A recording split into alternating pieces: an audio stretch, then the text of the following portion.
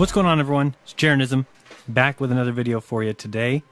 This video should separate the men from the fanboys, the wheat from the chaff, and the upright from the upside down. When shown the evidence, well, first you should verify it, always do your own research so you reach your own conclusions. But once you see that what I'm showing you is the truth, I think you have two choices. First, you can admit that there are some serious problems and then join in this fight for truth, exposing the liars and spreading the word and trying to end this time of deception. Or two, you can stay asleep, write some hateful comment. This way you feel better about that lie you're living, continue fighting on behalf of the liars, doing their dirty work, and in the process continue to hold back humanity, while we all continue to be scammed by those whose goal is to deceive and dumb down each and every one of us until not a single rational or thinking human being remains. H.L. Mencken said in December 1919, "The most dangerous man to any government is the man who is able to think things out for himself. Without regard to the prevailing superstitions and taboos, almost inevitably, he comes to the conclusion that the government he lives under is dishonest, insane, and intolerable. And so, if he is a romantic, he tries to change it. And even if he's not romantic, personally, he is very apt to spread discontent among those who are." The globe is in trouble, because once that alarm goes off,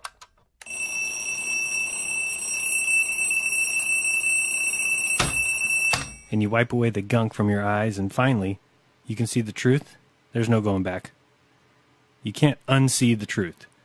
You can't reapply the grogginess and the gunk. You're awake. And while you still might have to decide what to wear and what route to take to work, one thing you do know is that you can't go back to sleep. So what is it that you will know or realize by the end of this video? Well, you should realize that Antarctica is not what we've been told. So let's get it on with the evidence. Now think for some pretend second here that we're on a ball in the endless space, spinning on an axis. Such place would have two very interesting locations, a North Pole and a South Pole. The North Pole is pretty well documented, and there may be more to find there, but the place that we're going to discuss today is the southern continent, the South Pole. The Antarctic Treaty prevents countries from laying claim, prevents any kind of military action, and prevents you and I from going and taking a look. Luckily, we can review videos and webcam footage to get an idea of what exactly is going on down there. Now, let's say we are trying to prove the globe or trying to prove it's flat. Should be very, very easy, right? I mean, on a globe, we would have a 24-hour sun in the southern summer. That means that the sun would circle the continent. That's quite different from the flat Earth model where the sun circles the entire Earth from above, and since Antarctica is around the outside, well, that doesn't include a circling sun, at least not around you at the bottom continent. Okay, let me show you what the difference between the two options would be. First, we're here at Neve.com, and the link is in the description if you want to check this out. And for someone at the pole, this is what we should see. I'm in Antarctica. It's December 19th. And we're going to start moving the clock here ahead just hour by hour to see what the sun does, or should do on a globe. We're at midnight here, so we're pumping ahead 2, 3, 4 o'clock. And you'll see the sun just does a 360 around the southern continent, which should be really evident and great proof of the globe. Show a couple video camera feeds or webcam feeds of that sun doing exactly that, and shadows making a 360-degree turn. And there's your proof, flat Earth, dead in the water. So here we have another globe perspective. The sun standing still there on the left, and the bottom of the bogus ball would be rotating clockwise, causing the sun to shine 24 hours a day on the South Pole, which is vastly different than if we are looking at a flat Earth.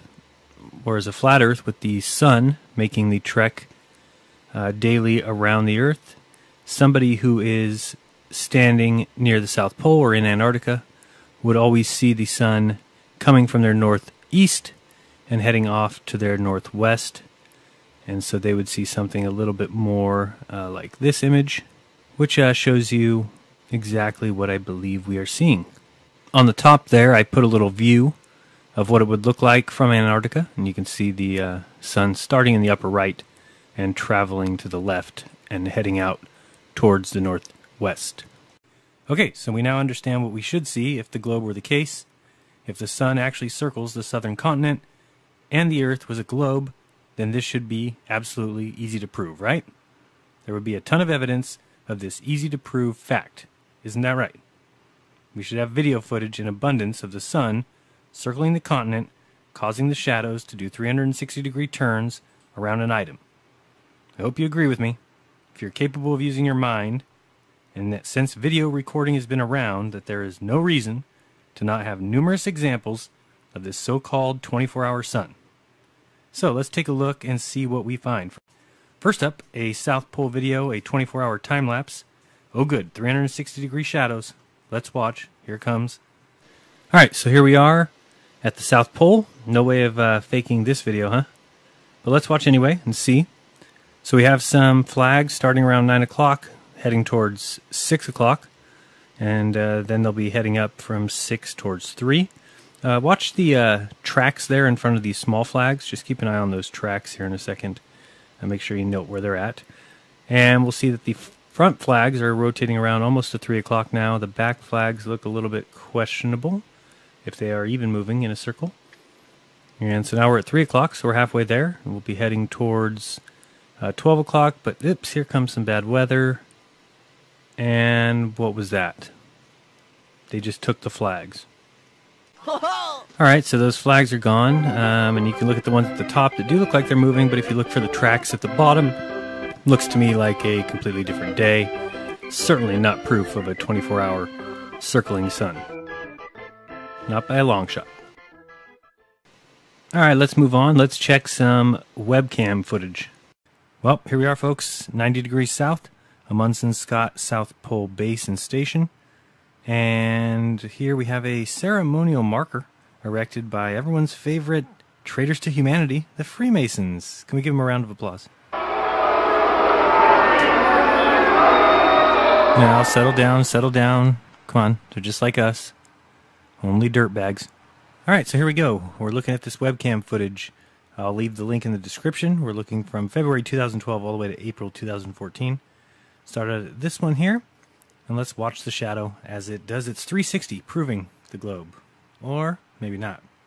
We can watch the shadows on all these webcam videos, and we can see that never do the shadows complete a 360-degree turn. In fact, never is there a video of an entire day. We could look up here and see at the time that it will go through and 6, 7, 8, 9, 10, 11, 12, 1, 2, then it will skip to 10 for no reason. Remember, these are the webcam videos supposedly for the purpose of showing us the 24-hour sun at the South Pole. And we can see that the sun goes by the horizon there, right to left. But does the sun go behind us? So watch these shadows and you'll see them start, grow, and then skip. Start, grow, and skip. So what they're showing us is proof of absolutely nothing other than the fact that they have edited these webcam videos. You may also notice that these shadows start long, then become short in the middle, and then go long again, which would be the case on a flat Earth map where the sun is coming from your northeast and far away, which would cause a long shadow. As it passes the horizon, it would be even with you and cause a short shadow, and as it leaves, heading off to your northwest, it would again cause a long shadow. But one thing should be evident, that these are all edited and cut. So again, you can watch the sun as it comes from your northeast, across the horizon, and then takes off to the northwest. The sun does not go behind us as would be required in a 360-degree sun path around the southern continent. Clearly, this shows us, if anything, that trickery is afoot. And this is not just one of the months, this is not just 2 of the months, it's not just 5 of the months. This is every month that they have a webcam video for, they have edited and cut out part of the day. And these are during the main months, which are January, December, and November, the southern summer. In this video, let's watch this green flag down below. You'll see it starting around maybe 7 o'clock, 8 o'clock, rotates around to about 2 o'clock, and then resets. Rotate around, reset. This is obviously a lie. This is obviously not what's going on. Why don't we get to see the sun do a 360-degree turn around the southern continent? Now remember, this would be pretty good evidence and proof with a globe, because it doesn't work on a flat Earth to see the sun go around the southern continent. However, on a globe, it is something that should be really evident and should be seen in every single summer video from the South Pole. But again, watch the flag. It'll start around 8 o'clock, rotate around until it gets to 2, and then reset and start over. This should be a huge eye-opener. Should be something that screams to you fraud, fake, set up, contrived. This is not what we would see if the sun went around the southern continent. So now let's think. If the globe requires a certain phenomenon, and it is required for 6 months of the year, and every single year, what sense would it make if we never get to see that phenomenon? Use your head here. What would that mean? To me, it means that it simply isn't the truth, that it isn't the case. We don't see what we're supposed to see. So what else are we supposed to surmise besides that what we're told is not the truth? We could look up here and watch the time, and you'll see we're at January 14th, and the time goes 1, 2, 3, 10, 11, 12, 13, 14, 15, 16, 17, 21, 22, 23, 24, 1, 2, 3, 10, 11. So watch the times. Again, the link to these webcam time-lapse videos is in the description. You can go watch them all yourself and see that you have been terribly fooled.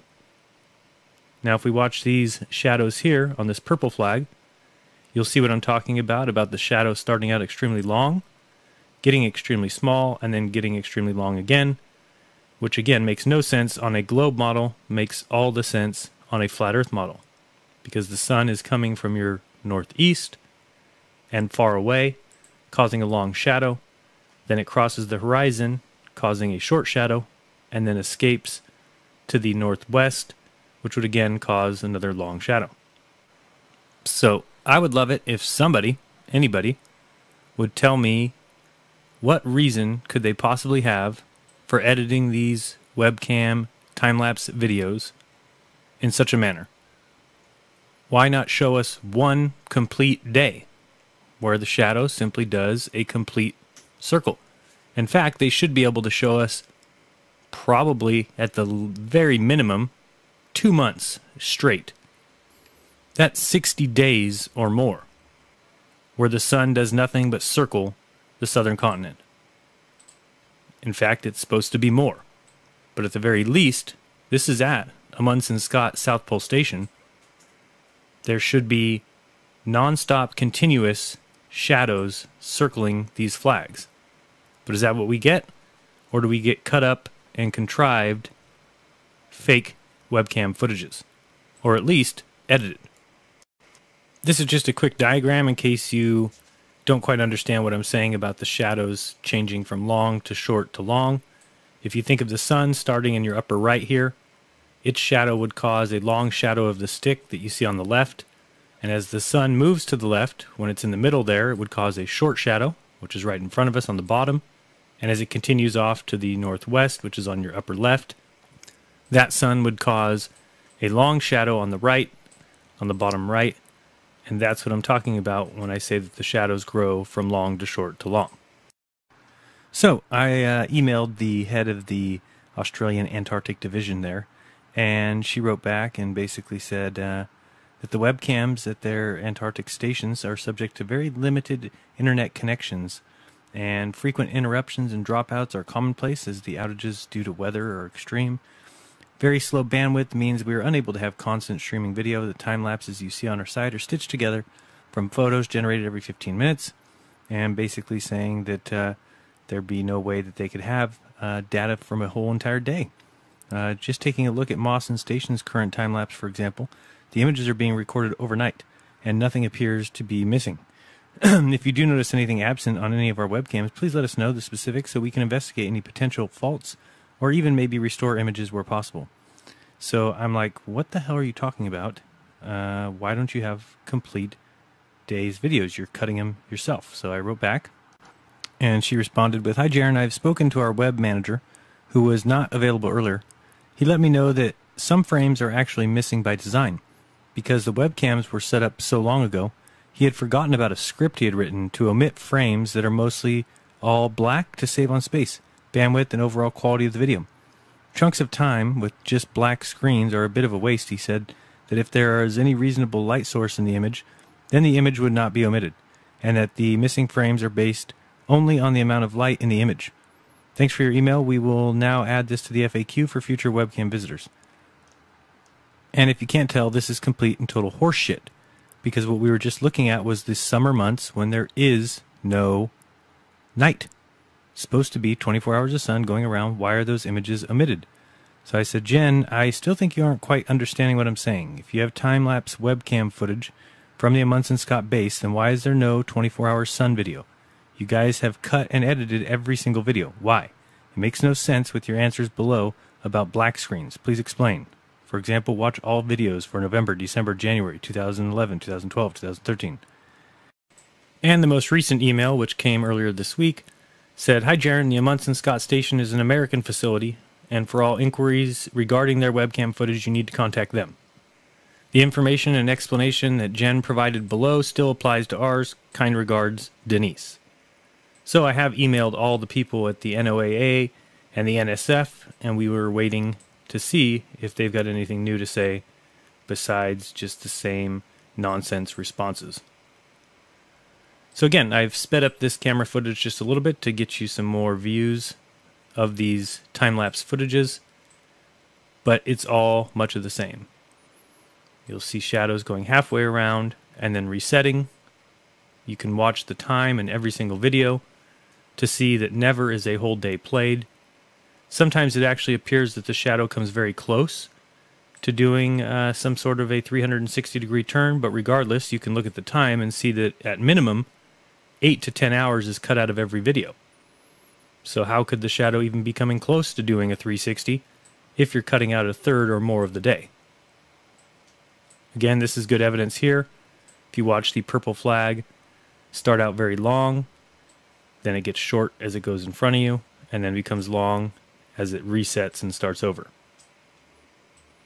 So as I said, even if you watch that little igloo on the left, it may look really close to a 360-degree turn, but by looking at the time, 10 hours are cut out of that day.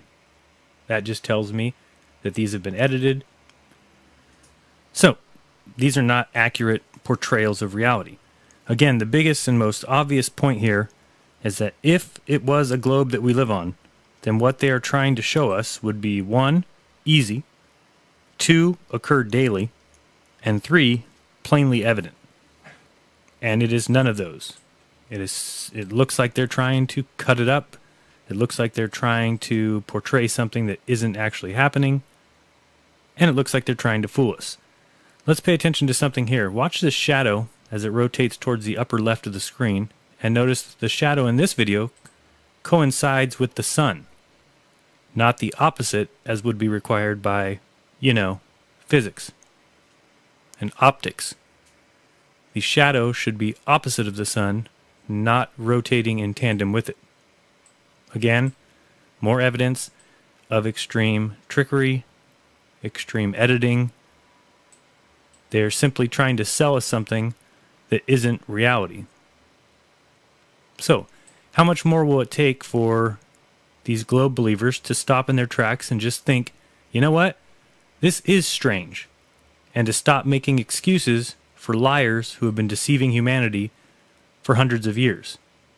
Because we've still got the same people, and you know who I'm talking about, who will watch this footage after that webcam, and will still believe in NASA and in science and believe that we would never be lied to, all because they're afraid of the implications.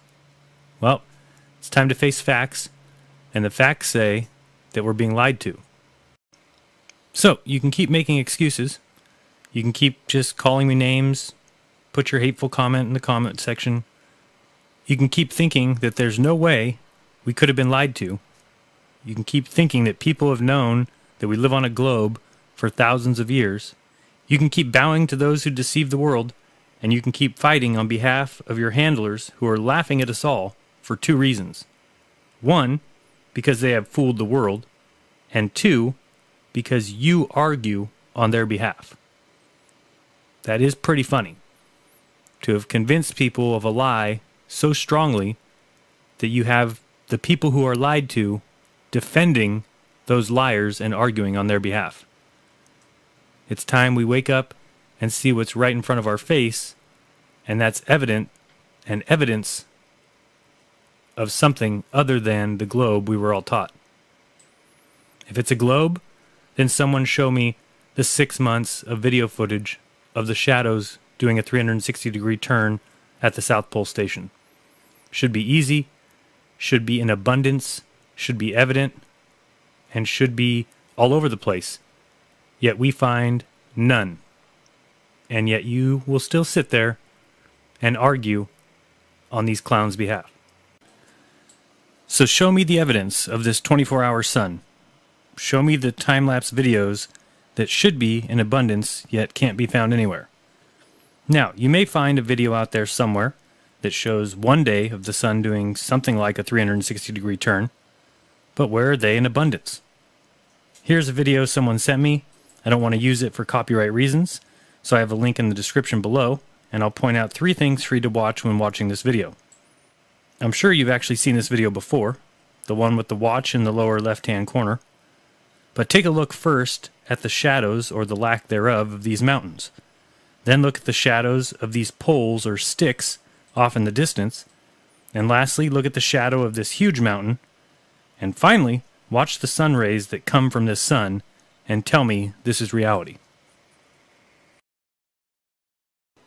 Now, someone is clearly playing stupid here, folks. We're told and taught as youngsters that Antarctica is a continent on the globe bottom, and we've just looked at tons of time-lapse footage, and in every single video, someone has cut out and removed the one damn thing anyone would want to see. Can anyone explain this? Can anyone explain this lack of evidence? Does it make any sense at all? Any at all? Does it? No, the sphere with a South Pole makes no sense, does it? No, a plane doesn't dip for the curvature, does it? No, it's concrete. The globe model has no truth, does it? No, so anyway, anyone got any good ideas of what to do with this globe model? Get him a body bag!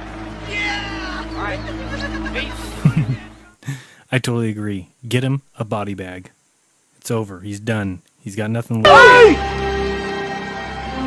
You stay focused. Whoa. Miyagi's right. Gotta stay focused. I mean, sure, the globe is having issues, but so many people think of it as fact, simply because someone told them. No time-lapse footage of the sun doing 360 degrees around the southern continent, but it's still believed as fact. Alright, staying focused. The Freemasons live by a slogan, nothing is true, everything is permitted, so that they can keep us all in the dark regarding our true potential. And one of their very best tools is the southern continent of Antarctica. They used the Freemason Richard Byrd to push the lie. They erected the geographical South Pole as a ritual. I mean, Byrd had taken many trips to the North and South Pole, and in case you didn't know, his brother, Harry Byrd, was a governor and a senator, and did all of this work from 1916 to 1965. Both of them born to one of the wealthiest families in Virginia, and a member of the Federal Lodge No. 1 in Washington, D.C. These men will lie for each other and go to bat for each other, and all of them will back each other no matter what. In fact, all of Byrd's travels were financed by John D. Rockefeller. Now, who knows how deep Richard Byrd goes in all this, and exactly to what depth he was involved. He died, or was killed, not too long after Operation Deep Freeze, and his only son, Richard Byrd Jr., was found dead in a warehouse almost a month after his family had put him on a train. Every Mason will tell you that the art of Freemasonry is a glorious example of a most shining and noble morality, yet it's all kept a secret. They tell the lies that keep the world in argument. Now, for some evidence of this Freemason trickery, look no further than the current Guinness record holder for the North-South surface navigation, Sir Ran Fiennes. You can click here for an entire video showing that there is no north-south circumnavigation. And after you've watched this video and that video, if you still believe in the model we were all taught, well, then no evidence exists that will ever get you away from the lie that you love so much. Of course, you know about Freemason Robert Falcon Scott. Of course, this is where we get the name of Amundsen Scott from. You've also heard of the Ross Sea, I presume, which was named after yet another Freemason, Sir James Clark Ross. How about Sir Edward Hillary? Yes, another Freemason, member of the first expedition to cross Antarctica and reach the South Pole by land, doing so from 1955 to 1958. Or we can look at Elisha Kane, who was just another Freemason, also an explorer that is famous enough to have a crater on the moon named after him, and he did his journeys in 1853. Of course, in 1909, Robert E. Peary reached the North Pole, and in 1911, Roald Amundsen placed the flag at the South Pole. Yes, Peary and Amundsen were both Freemasons. And of course, you have another Mason, Sir Ernest Henry Shackleton, initiated in Navy Lodge No. 2612 in 1901, passed in 1911, and raised in 1913. He separated from his crew. What follows is an amazing story of survival and heroism when the party was finally rescued and received on a ship captained by, yes, another Freemason, Luis Pardo. The list goes on, full of these Freemason tricks, these Freemason lies. And it doesn't just end at the North and South Pole. You see, our history is littered with Freemasons and their lies. In all walks of life, in all areas of study. Of course, you should recognize that Charles Darwin was, of course, a Freemason. Imagine that one. What about Charles Lindbergh, right? First to fly across the Atlantic Ocean? Perhaps. How about the reason kidnapping is a federal crime? Well, this is his doing, and the reason it's now headed by the FBI. All of that as a result of the Lindbergh case. Yes, in one of the earliest hoaxes or false flags, do some research on Charles Lindbergh and his child being kidnapped. You'll see for yourself what kind of government ran this country in 1927. And maybe he was the first to cross the Atlantic solo. I can't say that he wasn't. But what I can say is the flight taking 33 hours seems a bit suspicious. And as the media reported, I'm very sure that during the flight across the ocean, through snow and sleet, he slept. You heard me. First solo flight from New York to London, the man slept. The feat had already been attempted 6 times, and all 6 men never made it. They all died. Yet Charles Lindbergh, the Freemason, he did it, while dodging storm clouds at 10,000 feet and dodging waves as low as 10 feet. He also found time to sleep. Not a worry. Yeah, those Masons are amazing indeed. It's like the Mason who went to the moon, and on his first step off the LEM, he pissed on the moon. And when he was ready to leave, the first time ever that it would be attempted, he said, "Roger, Houston, we're number 1 on the runway." Circuit breakers. So all in all, the deception here is becoming clear. Why would there be no footage of a 24-hour sun? Where's the proof? Where's the proof that we live on a ball? Go look at images from 70 degrees north versus 70 degrees south. On a globe, they should be nearly identical. But you'll see that the south is a barren wasteland of ice and penguins, and the north is filled with trees, flowers, bushes, deer, bears, squirrels, elk, and everything else you can imagine. Why do all of these South Pole and Antarctic flights and planes have no windows? Is there something they don't want people to see, perhaps? Like, what's that sun doing? Why is it when you look at the WorldView 4 satellite images, which cover the United States in a pattern like this, stop in Antarctica like this, in a very circular pattern? Now, do I claim to know how it all works? Hell no. I've been lied to my whole life, like all of you. It certainly could be something like this, or there could be a southern continent like this. There could be no outer ice wall, and more land north and south. There could be Shambhala. There could be the Tibetan tradition of White Island and the Eternal Land. Universally through time, we've had legends that speak of Atlantis, or a sacred land located at the navel of the earth. Hindu mythology tells us about Meru as the mystical mountain of the earth's center. Like the Egyptians, the Indians conceived of a dwelling place of the gods known as Sumeru. Hebrew legends speak of a place in the north called Luz. Many ancient lands speak of a first continent known as the imperishable sacred land, and is the most mysterious of the 7 continents. It is said to be located in the region of the North Pole. This sacred land is stated never to have shared the fate of the other continents, because it is the only one whose destiny it is to last from the beginning to the end. It is the cradle of the first man and the dwelling of the last divine mortal. Of this mysterious and sacred land very little can be said, except perhaps according to a poetical expression in one of the commentaries, that the pole star has its watchful eye upon it. Buddhist texts say that Shambhala can be reached only by a long and difficult journey across a wilderness of deserts and mountains, and warn that only those who are called to have the necessary spiritual preparation will be able to find it. One text says that the kingdom of Shambhala is round, but it is usually depicted as an 8-petaled lotus blossom. The modern theosophical tradition, too, recognizes that Shambhala is a real place.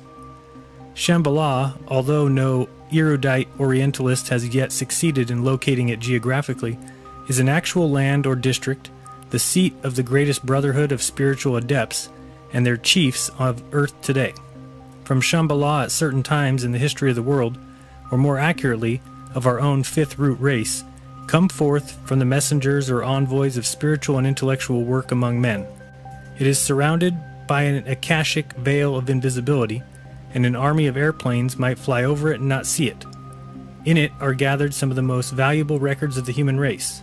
There, surrounded by the greatest and most evolved human beings, the silent watcher of earth has his invisible abode. Meru, which was the Olympus of the Indians, is said to be situated in the center or navel of the earth. It was guarded by serpents, which watched the entrance to the realm of secret knowledge. According to tradition, it was the land of bliss of the earliest Vedic times. Occult teachings place it at the very center of the North Pole, pointing it out as the site of the first continent over the entire Earth. H.P. Blavatsky states that Meru is not the fabulous mountain in the navel or center of the Earth, but its roots and its foundations are in that navel, though it is in a far north itself. It connects it with the central land that never perishes. Occult teaching also corroborates the popular tradition, which asserts the existence of a fountain of life in the bowels of the Earth and in the North Pole. It is the blood of the Earth, the electromagnetic current, which circulates through all of the arteries, and which is said to be found stored in the navel of the Earth. In the book Paradise Found, William Warren writes, "The earliest inhabitants of the Tigro-Euphrates basin located the center of the Earth, not in their own midst, but in a far-off land of sacred associations where the holy house of God is situated, a land into the heart whereof man has not yet penetrated, a place underneath the overshadowing world tree." The Chaldean account of Genesis we read, "Human beings the great gods created, and in the earth the gods created for them a dwelling. In the midst of the earth they grew up and became great and increased in number. 7 kings, brothers of the same family, Iranian, Indian, Chinese, Scandinavian, and Aztec literature also refer to the ambiguous location of the center of the earth. The Japanese paradise was situated on top of the globe, and at the same time at the center of the earth. It was called the Island of the Congealed Drop. Its first roof pillar was the Earth's axis, and over it was the pivot of the vault of heaven.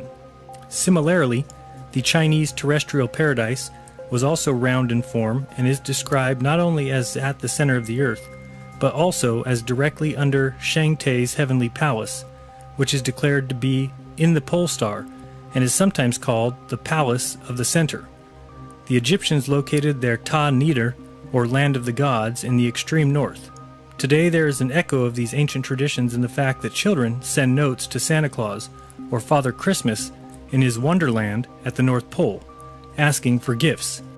The Eskimos have legends that they came from a fertile land of perpetual sunshine in the north.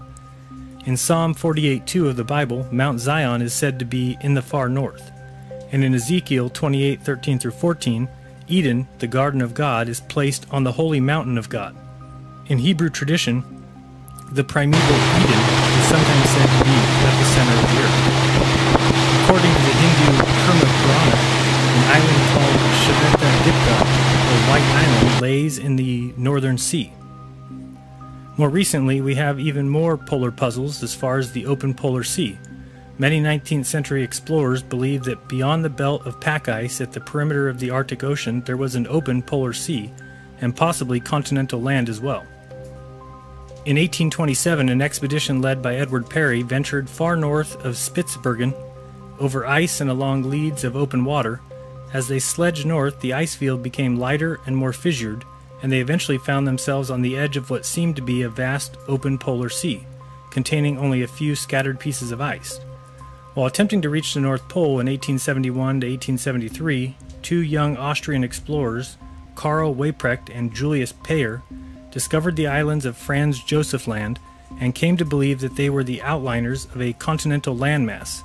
Lieutenant George Washington DeLong hoped to find this land, and in 1879 he sailed in the Jeannette through the Bering Straits into the Arctic Ocean, planning to take advantage of the warm, north-flowing currents, which he believed would open a way through the pack ice. However, in June 1881, his ship sank in the pack ice northeast of the New Siberian Islands, a tragedy which DeLong and many of his men did not survive. Early Arctic explorers reported seeing birds and animals moving north as winter was setting in, instead of going south, and inferred that they were headed to a warm land that must lie in the north. Parry once experienced a heavy fall of black dust in Greenland and thought it might be volcanic dust from the unexplored land to the north. In 1904, Dr. R.A. Harris of the U.S. Coast and Geodetic Survey published an article explaining why he believed that there had to be a large body of undiscovered land or shallow water in the polar basin northwest of Greenland. He argued that the prevailing currents seemed to indicate the deflection by an unknown large landmass lying in this approximate area, that the Eskimos living on the northern fringes of the Arctic Ocean had a tradition that a landmass existed to the north, and that the disruption of the tides north of Alaska indicated a moderating effect explainable only by intervening land. Various Arctic explorers actually reported seeing land in the distance, though it should be noted that visibility can be poor and mirages are very common in this area. Have you ever heard of Crocker Land? Another famous disappearing land was called Crocker Land, discovered by Peary. He saw it on the 24th of June 1906 from atop a 2,000-foot mountain situated behind Cape Colgate in northern Greenland. Peary says that through his binoculars he was able to make out, apparently a little more distinctly, the snow-clad summits of a distant land in the northwest above the ice horizon. Peary estimated that Crocker Land lay 120 miles from the northern coast of Axel Heiberg Island. How about Bradley Land? Frederick A. Cook stated that on his journey to the North Pole in 1908, he looked for Crocker Land but did not find it at the location given by Peary. However, he said he seen a mountainous, ice-clad land slightly further from the shore, which he named Bradley Land. He saw it to the west of his line of march, north across the pack, on the 30th of March 1908, and again 31st of March. Prior to his attempt at the pole, Cook expressed the common belief that land would be found north of the Arctic Ocean. Jan Leprecht takes quite a different view on Cook and Peary and the controversy surrounding them. Leprecht speculates that the land had been magnified horizontally. Nevertheless, for the mirage to extend over a third or more of the horizon, without any noticeable degradation in brightness, the land itself would still have to be enormous. Lamprecht believes that Cook's photo of Bradley Land may also be a telescopic mirage, probably of the easternmost extension of Crocker Land, which he thinks is located on the Earth's outer surface, but is being covered up because it lies too close to the pole or hole. He thinks that Keenan Land also could be a telescopic mirage of the same gigantic polar continent, seen at a distance of over 900 miles. Lamprecht also believes the polar land and hole might have been discovered in 1926, when Amundsen, Ellsworth, and Nobile made their transpolar flight from Spitsbergen to Alaska, but instead of publicizing their discoveries, they supposedly went straight to the military and were sworn to secrecy. If there is any land or polar opening in the region of the North Pole, they would surely interfere with the drift of pack ice. In this regard, Wally Herbert makes an interesting observation about his experience on the Trans-Arctic expedition. We began to feel that there was some obstruction along the imaginary line which describes a circle around the pole at a radius of 260 miles. A hump, perhaps, over which the ice drifting north cannot pass. Nansen had faced a similar problem during his epic drift in the Fram. After the first 18 months, it had become evident that the 13-man crew of the Fram were unlikely to come any closer to the pole than 300 miles unless they left the warmth and safety of the ship and set out on foot. Although it is often said that the Arctic Ocean and seafloor have been thoroughly explored, it should be borne in mind that this ocean is 1.5 times the size of the United States of America, so the possibility of a small opening or island with a tunnel having gone undiscovered cannot be absolutely ruled out, and as far as the possibility of a cover-up is concerned, well, it's worth noting that according to some mystical and esoteric traditions, certain sacred areas of the earth are protected and concealed by the exercise of occult powers. Many people have asked about the 24-hour sun in the south, and while we know that there is no 24-hour sun, we don't know that there's no 24-hour light. If you take a look at a couple of these images, you'll see that if we put anything past these guys, that would be a mistake. The ability to easily reflect or deflect the sunlight, or could it simply be an atmospheric effect? So do I know the answer? Nope. We need everybody doing the research. So the point is, we've been lied to. And step one should be pointing out the lies and exposing the liars. Then we will have people everywhere searching for the truth. So is there an ice wall? Where does it expand to? Is there more land south like the Iron Republic? Or is there a paradise north like the Garden of Eden? The answers are there for us to find once we realize that we live in a lie constructed by Freemasons, Jesuits, Jews, and the priest class. And now, add to the mix scientists, astronomers, physicists, and more. Not because they are hiding it purposely, but because they are too proud and too blind to look into what we're saying. You don't live on a ball flying magically through space. Be kind. Don't lie. Open your mind. There's truth inside. This has been Jaronism. Like this video. Share this video.